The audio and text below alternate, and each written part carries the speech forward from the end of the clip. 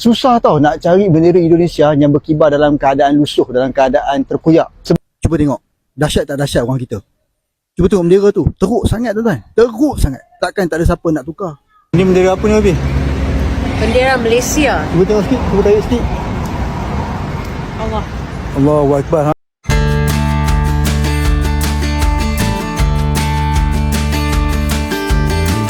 Hey, ketemu lagi dengan Rizka Yuni. Heboh! Warganet Malaysia bandingkan bendera Indonesia dan Malaysia.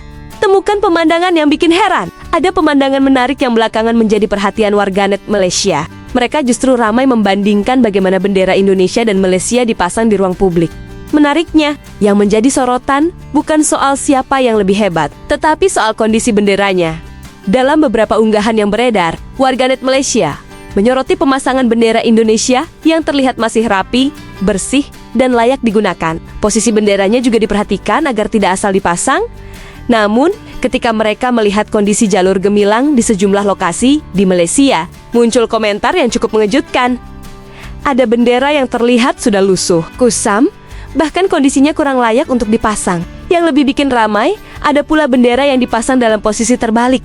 Tentu saja, kondisi seperti ini langsung mengundang berbagai komentar dari warganet. Sebagian mempertanyakan, bagaimana mungkin simbol negara yang seharusnya dihormati justru dipasang tanpa memperhatikan kondisinya? Karena sebenarnya, bendera bukan sekadar kain yang dipasang untuk menghias jalan atau gedung. Bendera merupakan simbol identitas dan kebanggaan sebuah negara.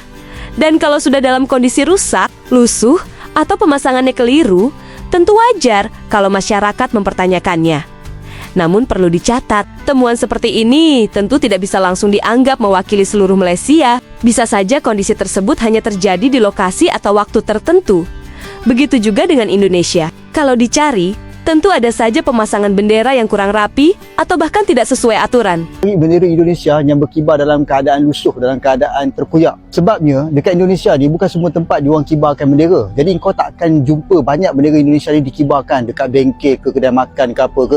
Dia macam dekat tempat-tempat tertentu saja, macam tempat-tempat pelancongan ataupun pejabat-pejabat kerajaan. Berbeza macam dekat Malaysia. Restoran pun ada bendera Malaysia kan, bengkel kereta ada bendera Malaysia.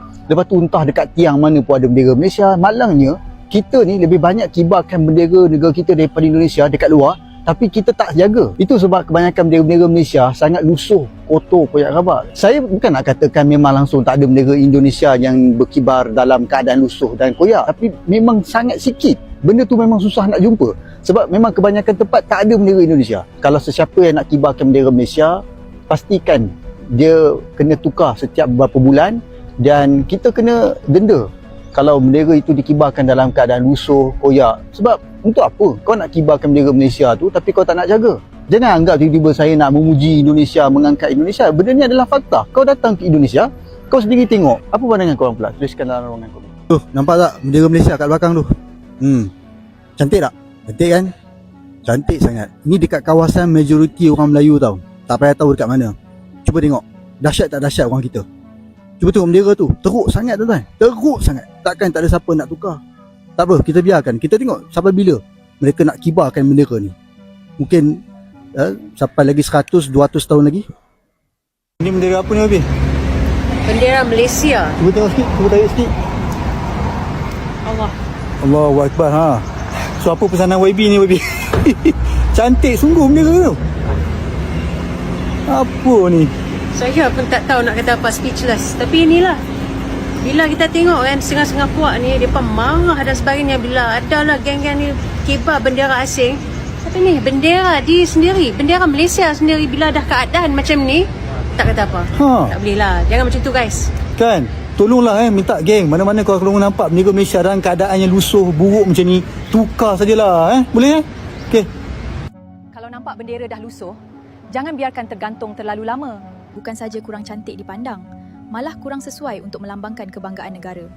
Tukar kepada bendera yang baharu, terus nampak kemas, teratur dan lebih patriotik. Pelbagai saiz ada di beg kuning bawah.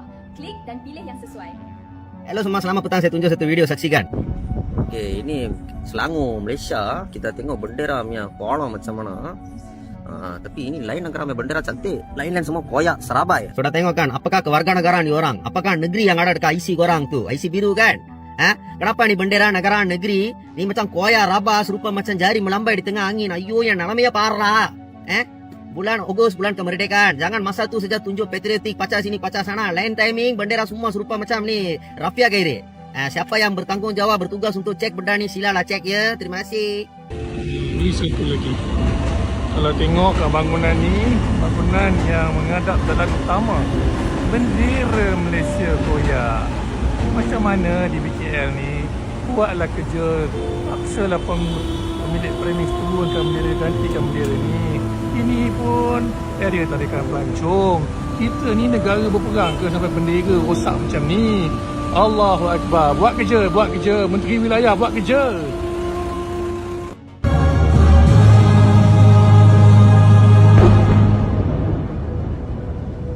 Bendera terbalik. Guys, bendera terbalik lagi. Kenapa boleh pasang macam ni? Kenapalah ada lagi rakyat Malaysia pasang bendera terbalik macam ni? Bukan satu tapi banyak. Lepas tu bila dah kantoi, yang confirm backup mesti DAP. Korang perasan tak? Mesti DAP punya. Geng-geng diorang ke yang terbalikkan bendera ni? Diorang tak tahu ke bendera Malaysia ni adalah simbol kedaulatan negara lah. Kalau bendera pun tak reti nak hormat, memang tak layak lah nak duduk Malaysia. Buang je kerakyatan mereka tu. Korang dah tengok belum kes bendera yang terbalik ni? Okey, Cino ni dia memang bersalah sebab kau niaga tiap-tiap hari, takkan kau tak perasan bendera tu tak terbalik. Tapi saya pelik tau. Kau sebagai satu ahli politik, kau boleh je bagi statement, bagi tegur, bagi denda, asal kau nak dibesarkan kes macam ni. Yang saya pelik ni, kau sebagai satu ahli politik bukan kena menjaga rakyat dan fokus menaikkan ekonomi negara ke? Saya maka sebagai satu rakyat Cina Malaysia, saya tak ada kata siapa salah, siapa betul. Cuma kita harap Malaysia kita ni, negara kita ni boleh satukan, boleh damaikan rakyat Malaysia yang berbilang kaum. Janganlah buat benda yang sensitif ataupun boleh panaskan setiap kaum. Kalau korang setuju dengan apa yang Marcus cakap tadi, korang kasih like dengan share video ni, share sampai jadi.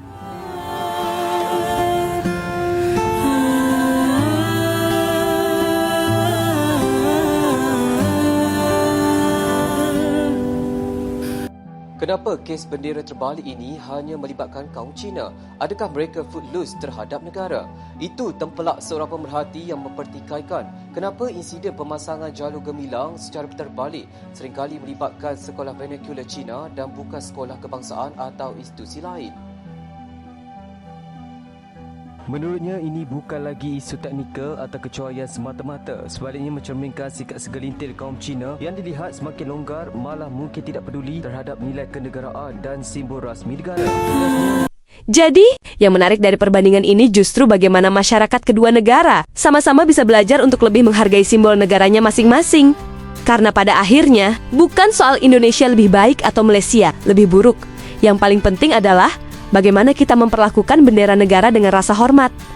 Nah, menurut kalian, bagaimana melihat perbandingan yang ramai dibahas warganet Malaysia ini? Tulis pendapat kalian di kolom komentar, dan jangan lupa like, subscribe, serta nyalakan loncengnya supaya tidak ketinggalan cerita menarik lainnya. Sampai jumpa di video selanjutnya.